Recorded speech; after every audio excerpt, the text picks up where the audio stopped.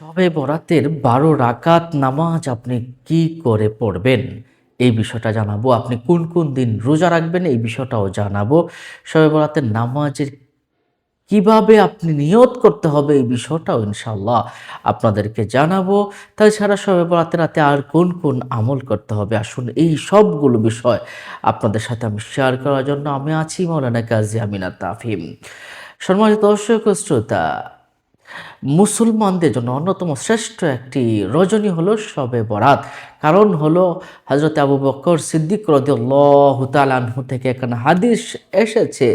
ক্বালা রাসূলুল্লাহ সাল্লাল্লাহু আলাইহি ওয়াসাল্লাম কুমু লাইলাতান নিসফা মিন শাবান। রাসূল সাল্লাল্লাহু আলাইহি ওয়াসাল্লাম বলছেন, তোমরা লাইলাতুন নিসফা মিন শাবান অর্থাৎ শবে বরাতের রজনীতে তোমরা ইবাদত বন্দেগীতে কাটিয়ে দাও। ওয়াসুমু নাহারাহা, অতঃপর পরদিন তোমরা রোজা রাখো। ফাইন্নাহা লাইলাতাম মুবারাকা, আর ফাইন্নাহা লাইলাতুম মুবারাকা, কারণ এটা হচ্ছে মুবারকময় একটি রজনী। আমার প্রিয় নবীজি সাল্লাল্লাহু আলাইহি ওয়াসাল্লাম বলেছেন। এছাড়া আর কি বলেছেন?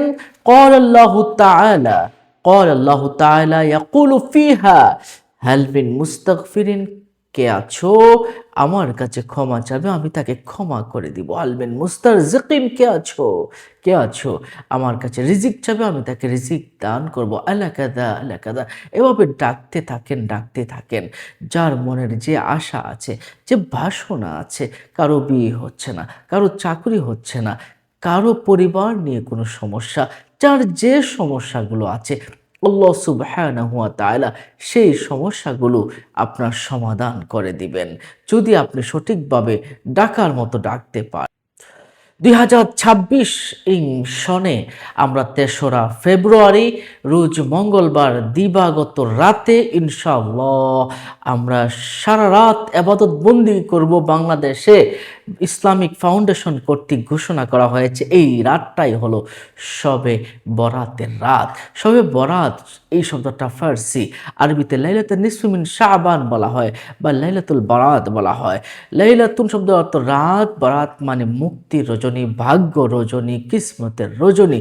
নিশ্চয়ই বিষয়টা বুঝতে পারছেন সম্মানিত দর্শক ও শ্রোতা। তাহলে এই রাতে আমরা বেশি বেশি করে ইবাদত বন্দি করব, এজন্যই এই রাতে বেশি বেশি করে ক্ষমা চাবো, এজন্যই যে রাসূল করিম সাল্লাল্লাহু আলাইহি সাল্লাম এই রাতকে বলেছেন ইন্নাল্লাহা ইয়ারহামু উসাতা উম্মতি ফি লাইলাতিন নিসফি মিন শাবান। রাসূল করিম সাল্লাল্লাহু আলাইহি সাল্লাম বলেছেন, নিশ্চয়ই আল্লাহ আমার গুনাহগার উম্মতের উপর অনুগ্রহ করেন শাবানের 15 তারিখে। সুবহানাল্লাহ সুবহানাল্লাহ। এরপরে বলছেন বিআদাদি শুউরি গানামিন বানি কালব রুবাই ওয়া মুদর। এই রাতে আল্লাহ পাক রব্বুল আলামিন বনু কালবের এবং রুবাই এবং মুদর গোত্রে যতগুলো মেষ আছে, ছাগল আছে, তার সমসংখ্যক পরিমাণ ওই মেষের পশম যে আছে, ওই চুল আছে, ওই চুলের সমপরিমাণ মানুষকে আল্লাহ পাক রব্বুল আলামিন ক্ষমা করে দেন। মুহাদ্দিসিনে কেরাম এই হাদিসের ব্যাখ্যায় বলেছেন যে এই 3 সম্প্রদায়ের তৎকালীন সময়ে সবচেয়ে বেশি ভেড়া বকরি তাদের মাঝে ছিল, যা গণনা ছিল না, এত পরিমাণ রয়েছে, যার কারণে রাসূল করিম সাল্লাল্লাহু আলাইহি সাল্লাম তাদের উপমা দান করেছেন। সম্মানিত দর্শক ও শ্রোতা, এছাড়াও রাসূল করিম সাল্লাল্লাহু আলাইহি সাল্লাম বলেছেন তুবা লিমান ইয়ামাল ফি লাইলাতিন নিসফি মিন শাবান খায়রান, তার জন্য ওই ব্যক্তির জন্য একটি আনন্দ যে ব্যক্তি শাবান মাসের 15 তারিখে নেক আমল করে রাতের বেলায় অর্থাৎ ইবাদত বন্দেগী করে সুবহানাল্লাহি ওয়া বিহামদি। সম্মানিত দর্শক ও শ্রোতা, ওই 15 শাবান রাতে আল্লাহ সুবহানাহু ওয়া তাআলা সমস্ত ইবাদতকারীকে, নেককারকে, বদকারকে আল্লাহ পাক মাফ করে দেন। কিন্তু যারা জাদুকর, যারা গণক, যারা কৃপণ, পিতা মাতাকে যারা কষ্ট দেয়, শরাবখোর, জানাকার পুরুষ মহিলা, তাদেরকে আল্লাহ পাক রব্বুল আলামিন মাফ করেন না। এবং যারা শিরককারী তাদেরকেও আল্লাহ পাক রব্বুল আলামিন মাফ করেন না। এখন প্রশ্ন হলো যে তারা যদি ক্ষমা চায়, তাহলেও কি আল্লাহ পাক মাফ করবেন না? হ্যাঁ, যদি ক্ষমা চাওয়ার মতো চাইতে পারে, অবশ্যই আল্লাহ সুবহানাহু ওয়া তাআলা তাদেরকে ক্ষমা করে দিতেই পারেন। নিশ্চয়ই বিষয়টা বুঝতে পারছেন সম্মানিত দর্শক ও শ্রোতা। এছাড়াও রাসূল করিম সাল্লাল্লাহু আলাইহি সাল্লাম ইরশাদ করেছেন, জিব্রাইল আলাইহিসসালাম আমাকে বললেন, ইয়া রাসূলুল্লাহ, আপনি আপনার উম্মতদেরকে একটু বলে দেন তারা যেন শবে বরাতকে জিন্দা রাখে, কারণ এটা জিন্দা রাখা মানে হলো শবে কদরকে জিন্দা রাখা। সুবহানাল্লাহি ওয়া বিহামদি, সুবহানাল্লাহিল আযীম। হযরত আয়েশা সিদ্দিকা রাদিয়াল্লাহু তাআলা আনহা, তিনি এক রাতে রাসূল করিম সাল্লাল্লাহু আলাইহি ওয়াসাল্লামকে খুঁজে পাচ্ছিলেন না। তিনি খুঁজে না পেয়ে খুঁজতে লাগলেন, গিয়ে দেখলেন তিনি জান্নাতুল বাকিতে তিনি দাঁড়িয়ে দাঁড়িয়ে চোখের পানিগুলো ছেড়ে দিয়ে কান্না করছেন। যখন কান্না করছেন, যখন মোনাজাত পরে হযরতে আয়েশা সিদ্দিকা রাদিয়াল্লাহু তাআলা আনহা পাশে গিয়ে দাঁড়ালেন। রাসূল সাল্লাল্লাহু আলাইহি ওয়াসাল্লাম মোনাজাত শেষ করে আয়েশা সিদ্দিকা রাদিয়াল্লাহু তাআলা আনহাকে বললেন, ও আয়েশা সিদ্দিকা হুমায়রা, তুমি কি জানো আজ রাত কিসের রাত? তিনি বললেন, না জানি না। তখন রাসূল সাল্লাল্লাহু আলাইহি ওয়াসাল্লাম বললেন, এই রাতটি হলো শবে বরাতের রাত, তাহলে তো নিসফ মিন শাবান। সুবহানাল্লাহ, সুবহানাল্লাহ। তাহলে কবরবাসীর জন্য দোয়া করবেন।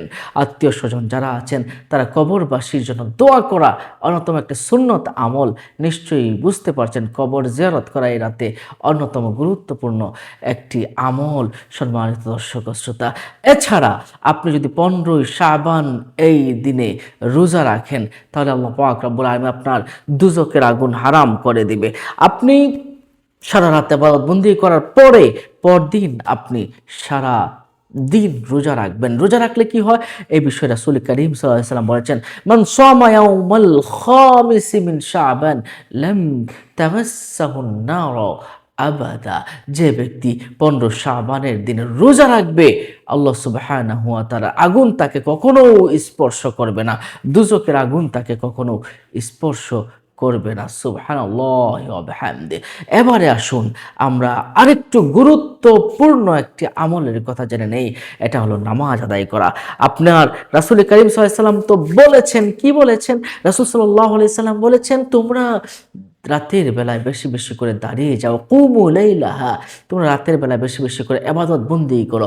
ইবাদত বন্দেগীর ভিতরে সবচেয়ে উত্তম হচ্ছে নামাজ আদায় করা। আফদল, সবচেয়ে উত্তম হচ্ছে নামাজ আদায় করা নফল ইবাদতের ভিতরে। এরপরে হচ্ছে রোজা রাখা। তো এই নফল আবাদত বন্দেগী আপনি করবেন নামাজের মাধ্যমে। নামাজটা আপনি কি করে করবেন? দু রাকাত করে আপনি যত রাকাত ইচ্ছা পড়তে পারেন। উলামায়ে কেরাম বলেছেন সবচেয়ে সর্বনিম্ন 12 রাকাত পড়ার কথা বলেছেন। আপনি অবশ্যই পাক বিছানায় আপনি যদি মাগরিবের আগে গোসল করে নিতে পারেন তাহলে অবশ্যই এটা ভালো হয়। এই বিষয়েও আমরা কিছু হাদিস আমরা জেনেছি, যে ব্যক্তি মাগরিবের আগে শবে বরাতের রাতে গোসল করবে, আল্লাহ পাক তার পানির ফুটায় তার সমস্ত গুনাহগুলো ঝরিয়ে দিবেন। সুবহানাল্লাহ, সুবহানাল্লাহ। তারপর এশার নামাজের পর থেকে নিয়ে মিতির আগে আপনি নামাজ শুরু করবেন। আপনি শুধু এটুকু বলবেন, আমি শবে বরাতের নামাজ আদায় করছি, শবে বরাতের নামাজ আমি আদায় করছি। এই নামাজটা কোন রাতে পড়বেন? 3রা ফেব্রুয়ারি, রোজ মঙ্গলবার দিবাগত রাতে 2026 সনে বাংলাদেশে আপনারা এই আমলটা করবেন।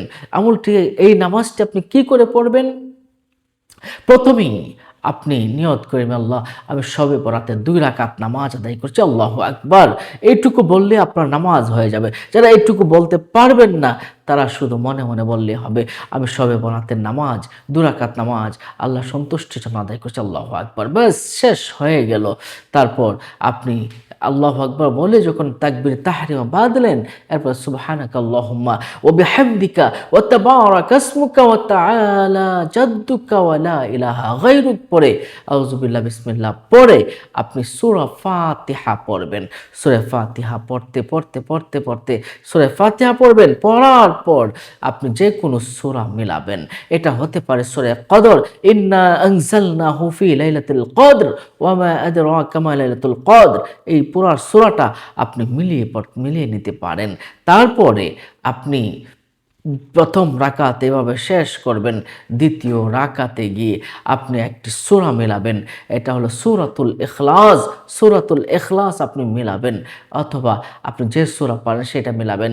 যত বেশি সূরা ইখলাস পড়তে পারবেন তত বেশি মঙ্গলজনক। কারণ সাহাবায়ে কেরামদের ভিতরে একজন সাহাবী, তিনি সূরা ইখলাসকে ভালোবাসার কারণে পৃথিবীতে আল্লাহ পাক রব্বুল আলামিন তাকে জান্নাতের সার্টিফিকেট দিয়েছিলেন।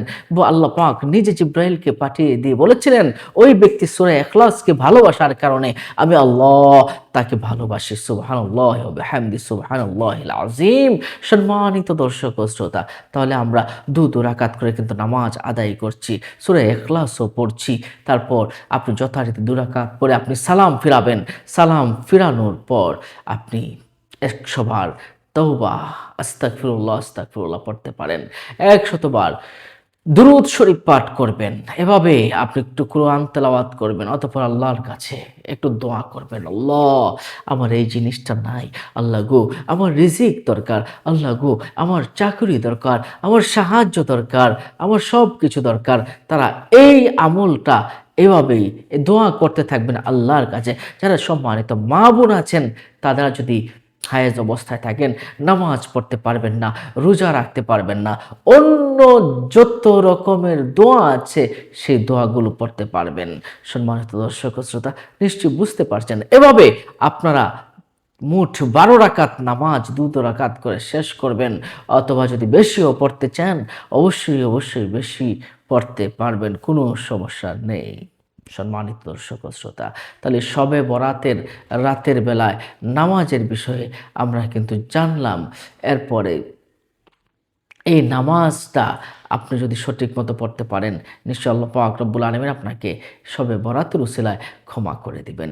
আল্লাহ পাক আমাদের ক্ষমা করে দিন, আল্লাহ পাক আমাদের ক্ষমা করে দিন, ইজ্জত সম্মান বাড়িয়ে দিন, রিজিক বাড়িয়ে দিন, অন্য মুমিন মুসলমানকে জানাতে শেয়ার করে দিন। আসসালামু আলাইকুম ওয়া রাহমাতুল্লাহি।